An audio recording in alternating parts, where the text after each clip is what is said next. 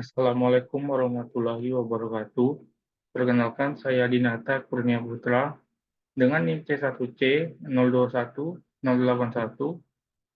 Video ini dibuat untuk memenuhi tugas ujian akhir semester mata kuliah kewarganegaraan dengan dosen pengampu Bapak Budi Ardianto, SH.MH.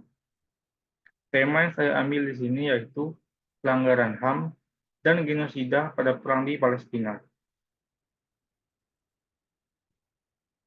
Di sini terdapat latar belakang. Konflik antara Israel dan Palestina telah berlangsung selama beberapa dekade dengan akar permasalahan yang kompleks dan berlapis, mencakup aspek politik, sejarah, agama, dan sosial. Salah satu bagian dari konflik ini yang paling tragis adalah serangkaian kekerasan yang terjadi di jalur Gaza, wilayah yang dihuni oleh sekitar 2 juta warga Palestina. Perang di Gaza seringkali berujung pada tuduhan adanya genosida yang mengundang perhatian internasional dan memicu debat tentang hak asasi manusia dan hukum internasional. Sejak tahun 2007, Israel memberlakukan blokade darat, laut, dan udara di jalur Gaza dengan alasan untuk mencegah penyelundupan senjata ke kelompok militan seperti Hamas. Namun, blokade ini juga mengakibatkan krisis kemanusiaan yang parah bagi sekitar 2 juta penduduk Gaza. Keterbatasan akses terhadap makanan, air bersih, obat-obatan, dan layanan kesehatan telah menciptakan kondisi hidup yang sangat sulit. Infrastruktur yang rusak akibat konflik terus-menerus memperburuk situasi ini, dengan banyak rumah, sekolah, dan rumah sakit yang hancur atau rusak berat. Berikut adalah video mengenai genosida pada perang di Gaza, Palestina.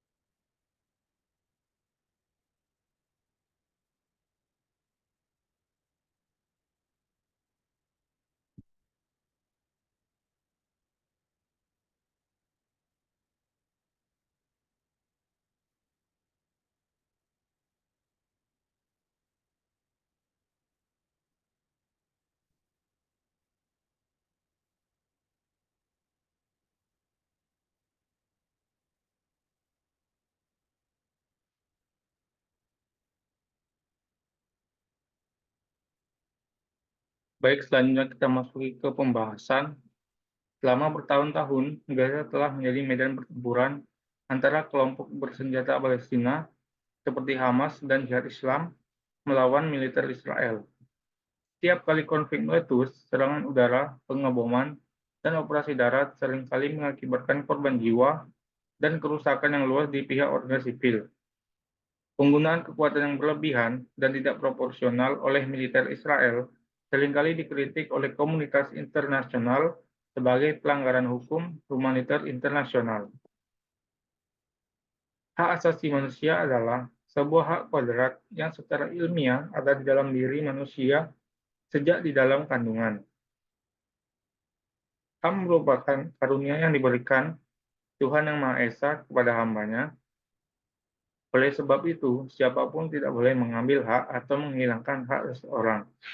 Setiap manusia memiliki hak yang sama, tidak dibedakan dari mana asalnya, kaum elit ataupun rakyat biasa. Serangan yang dilakukan oleh Israel telah banyak merusak dan menghancurkan tempat tinggal, tempat ibadah, dan kantor PBB yang digunakan untuk lembaga bantuan. Sebagian besar negara di belahan bumi lainnya, terutama negara-negara yang memiliki penduduk beragama Islam, sangat mengecam tindakan yang dilakukan oleh Israel terhadap Palestina. Bagi mereka, Israel telah mengambil hak-hak yang dimiliki oleh warga sipil Palestina. Israel juga telah melanggar hak asasi manusia. Tuduhan genosida muncul karena dampak kumulatif dari kekerasan berulang dan kebijakan blokade yang menurut banyak pihak menunjukkan upaya sistematis untuk menghancurkan atau menyebabkan penderitaan yang serius terhadap populasi sipil di Gaza. Tuduhan ini mencakup serangan yang disengaja terhadap warga sipil, penghancuran infrastruktur vital, dan kebijakan yang menyebabkan penderitaan fisik atau mental yang serius bagi penduduk Gaza. Banyak pasien di Gaza tidak bisa mendapatkan perawatan medis yang diperlukan karena keterbatasan obat-obatan dan peralatan medis, serta hambatan untuk berpergian keluar Gaza untuk pengobatan. Serangan terhadap infrastruktur, termasuk rumah sakit, seringkali menghancurkan fasilitas medis, membuat pelayanan kesehatan semakin sulit. Penggunaan kekuatan yang tidak proporsional oleh militer Israel, seperti serangan udara yang menghancurkan daerah pemukiman padat, seringkali menyebabkan korban jiwa yang signifikan di kalangan warga sipil.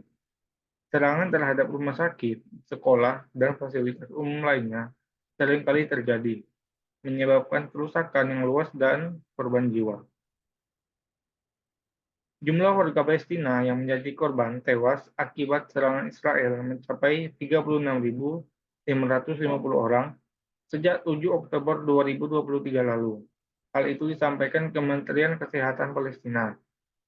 Pasukan Israel membunuh 71 orang serta melukai 182 orang lainnya dalam 7 serangan terhadap keluarga dalam 24 jam terakhir, kata Kementerian Kesehatan Palestina, seperti dilansir Anadolu Selasa 4/6/2024. Kementerian juga mendata bahwa setidaknya 82.999 orang terluka dalam serangan gencar tersebut. Banyak orang masih terjebak di bawah reruntuhan dan di jalan karena tim penyelamat tidak dapat menjangkau mereka, ujarnya. Hampir 8 bulan perang dengan Israel, sebagian besar wilayah Gaza hancur. Akibatnya terjadi blokade makanan, air bersih, dan obat-obatan yang melumpuhkan.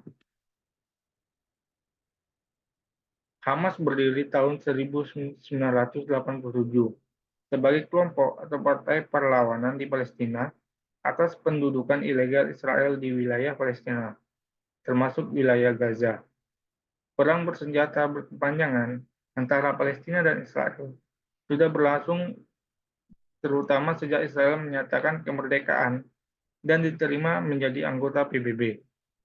Israel melakukan serangan balasan ke Hamas dengan dasar hak bela diri, tetapi jelas berlebihan atau di luar batas kemanusiaan.